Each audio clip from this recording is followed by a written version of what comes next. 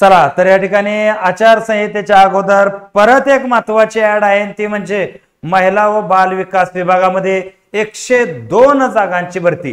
हे बघा, ही जागा बऱ्याच दिवसात अशा जागा निघतात की यामध्ये महिलांना प्रचंड मोठी सुवर्ण संधी आपण इथं म्हणू शकतो। तर ही जी संपूर्ण जागेची जी इन्फॉर्मेशन आहे, संपूर्ण सिलेबसची इन्फॉर्मेशन आहे, एक्झाम कोण घेणार याची इन्फॉर्मेशन आहे, हे सगळं तुम्हाला 6 ते 7 मिनिटात पुढच्या मी सांगणार आहे। त्याच्यामुळं शेवटपर्यंत हा व्हिडिओ बघा। आणि त्याच्याबरोबर तुमच्यासाठी एक आनंदाची गोष्ट अशी आहे की या संदर्भात जो हटके सिलेबस आहे, कायदे वगैरे महिलांचे, तर त्या संदर्भात आपण YouTube लाईव्ह सेशन मोफत विद्यार्थ्यांसाठी ठेवलेले आहेत आणि त्याच्यामुळे चॅनलला सबस्क्राइब देखील करून ठेवा। तर आपण सुरुवात करूयात की नेमकं या ठिकाणी अभ्यासक्रम आणि याचं नियोजन काय असावं, त्याच्या अगोदर थोडीशी इन्फॉर्मेशन मी तुम्हाला देतो, ते नीटनेटकी बघा। तर 102 जागांची ऍड आहे, हा पहिला मॅटर लक्षात घ्या। पगार पाणी पण ह्याला खूप चांगल्या प्रकारचा आहे।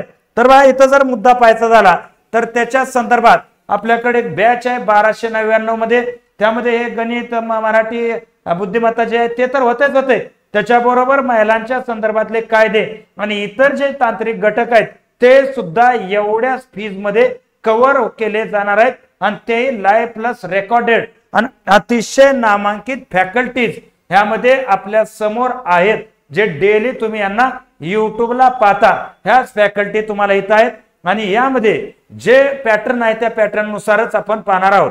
तर इथं जर आपण पहिला मुद्दा पाहायचा झाला तर 102 पदांसाठी जागेचे अर्ज करायची डेट या ठिकाणी सुरू झालेली आहे आणि ही जी अर्ज करायचंय तर या संदर्भात या ठिकाणी अर्ज करायची लिंक आहे। तर हे मी टेलिग्रामला टाकणार आहे, टेलिग्राम जॉईन करून ठेवा, तिथून या ठिकाणी लिंक ही तिथे मिळेल तुम्हाला आणि तिथून तुम्ही अर्ज भरायला सुरुवात करा। गट क ची पोस्ट आहे।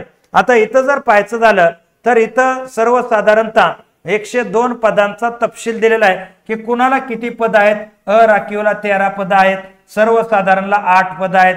या ठिकाणी अशा प्रकारे जर आपण पाहायचं झालं इतर मागासवर्गीय वगैरे असं सर्वसाधारणतः ही जी पद आहेत ही पद भरायची आहेत, समांतर आरक्षणानुसार ही पद भरली जाणार आहेत। आता इथं जर पाहायचं झालं तर ऑनलाईन अर्ज करायची तशा पहिला तर सुरुवात झालेली आहे आणि इथं ओपन साठी 1000 फीज आहे, इतर कॅटेगरीसाठी 100 रुपये फीज आहे। आता इथं 18 ते या ठिकाणी 38 वर्ष हे वयाचा क्रायटेरिया आहे। किती? 18 ते 38 वर्ष हा वयाचा क्रायटेरिया, हा क्रायटेरिया पहिला लक्षात ठेवायचा आहे। आता इथं आपण जर एक गोष्ट पाहायची झाली तर याचं सर्वसाधारणतः एकंदरीत जर पाहायचं झालं तर याचं एक बेसिक क्वालिफिकेशन जे आहे, बेसिक पात्रता, ही पात्रता आपण पाहतो की एनी ग्रॅज्युएट ही याची बेसिक पात्रता आहे। कोणती? कोणत्याही विद्यापीठाची पदवी त्यानं धारण केलेली असावी असे याची बेसिक क्रायटेरिया। म्हणजे इथं अनुभव बिनभव कोणताही तुम्हाला मुद्दा मागितलेला नाही, हा विषय इथं आवर्जून विद्यार्थ्यांनी लक्षात ठेवा। तर आपल्यासाठी मूळ कळीचा विषय आहे तो म्हणजे ह्याच्यासाठी आवश्यक असणारा अभ्यासक्रम आपल्यासाठी मुख्य मुद्दा आहे। का तर हा जो अभ्यासक्रम आहे हा अभ्यासक्रम थोडासा वेगळा आहे आणि हा वेगळा अभ्यास तुम्ही थोडासा समजून घेणं गरजेचं आहे। का तर एक्झाम आपण पाहतो ऑब्जेक्टिव्ह पॅटर्नची आहे, 200 गुणाची परीक्षा आहे, 100 प्रश्न 200 मार्कासाठी विचारले जाणार आहेत, ऑनलाईन पेपर होणार आहे। ही परीक्षा TCS घेण्याची शक्यता आहे, बरोबर आहे ना? त्यामध्ये काय चेंज झाला IBPS वगैरे, तरी त्यानुसार सुद्धा आपण तयारी करायला पाहिजे किंवा आपल्याकडे इकडे तयारी करून तशीच घेतली जाते।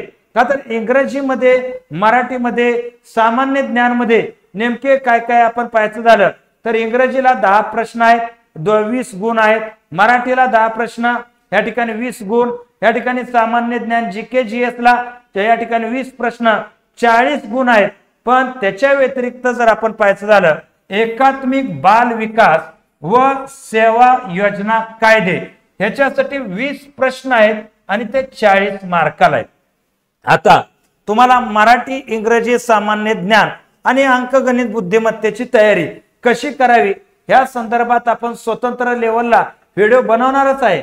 परंतु एकात्मिक बाल विकास व सेवा कायदे यामध्ये जर तुम्ही पाहायचं झालं ना तर एवढेच कायदे तुम्ही तोंड पाठ करून ठेवा, जसं की सतीबंदी कायदा, विधवा पुनर्विवाह कायदा, त्याच्याबरोबर धर्मांतरित व्यक्ती विवाह विच्छेदन कायदा, भारतीय घटस्फोट कायदा, आनंदी विवाह कायदा, मुस्लिम स्त्री घटस्फोट हक्क संरक्षण कायदा, विशेष विवाह कायदा, हिंदू विवाह अमिनातालय धर्मादाय कायदा, भिक्षा प्रतिबंध कायदा, कुटुंब नियोजन कायदा, हिंदू दत्तक वारसा कायदा, विवाहित स्त्रीचा संपत्ती विषयक कायदा, अनैतिक ध्येय व्यापार प्रतिबंधक कायदा, वैद्यकीय व अहवाल कायदा, बाल विवाह निबंध कायदा, महाराष्ट्र देवदासी प्रतिबंधक कायदा, मातृत्व लाभ कायदा, समान वेतन कायदा, त्याच्याबरोबर आपण जर पाहायचं झालं तर बाल कामगार वेश्यावृत्ती निवारण कायदा, बाल न्यायालय कायदा, हे कायदे बॅच मध्ये A to Z पद्धतीने आपण कव्हर करणार आहे, जेणेकरून तुम्हाला इथं जे मार्क आहेत ना, तुमच्या माहितीसाठी हे जे 20 प्रश्न आहेत आणि 40 मार्क आहेत ते इथून तुमचे कव्हर करून द्यायची जबाबदारी माझी। त्यातले बरेचसे कायदे आपण YouTube लाईव्हला देखील घेणार आहे, हाही विषय विद्यार्थ्यांनी लक्षात ठेवा। त्याच्यामुळे इकडं तिकडं न फिरता डायरेक्ट तुम्ही आपल्या बरोबर कनेक्ट राहणं गरजेचं आहे। आणि त्यानंतर पोषण अभियानाच्या संदर्भात 10 प्रश्न आहेत।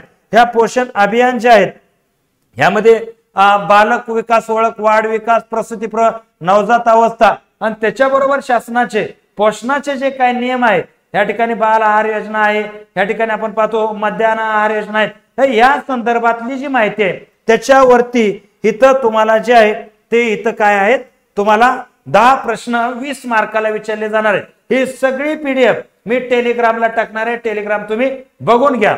त्याच्याबरोबर आपण पाहतो गणित बुद्धिमत्ता जे आहे ह्याला 20 प्रश्न आहेत, 40 मार्काला आहेत आणि कॉम्प्युटर 10 प्रश्न 20 मार्काला, हे सहजरित्या आपण कव्हर करतो। तर इथं टर्निंग पॉइंट ठरणारे हे जे 60 मार्क आहेत, हे 60 मार्क तुम्हाला हे कायदे जिथं मिळतात तिथं पाठ करा, अन्यथा ते मिळत नसतील तर तुमच्यासाठी आम्ही अवेलेबल आहे। त्याच्याबरोबर YouTube लाईव्हला सुद्धा आम्ही तुम्हाला हेच मार्गदर्शन नक्कीच करणार आहे। ही गोष्ट तुमच्या लक्षात आली असावी, तर ही बॅच सुद्धा लक्षात ठेवा, जेणेकरून अशा पदांसाठी, पर्टिक्युलर पदांसाठी आपण पहिल्यापासूनच प्रयत्नशील आहोत, प्रयत्न करत आहोत आणि ते इथं तुमच्या समोर आलेलंच आहे।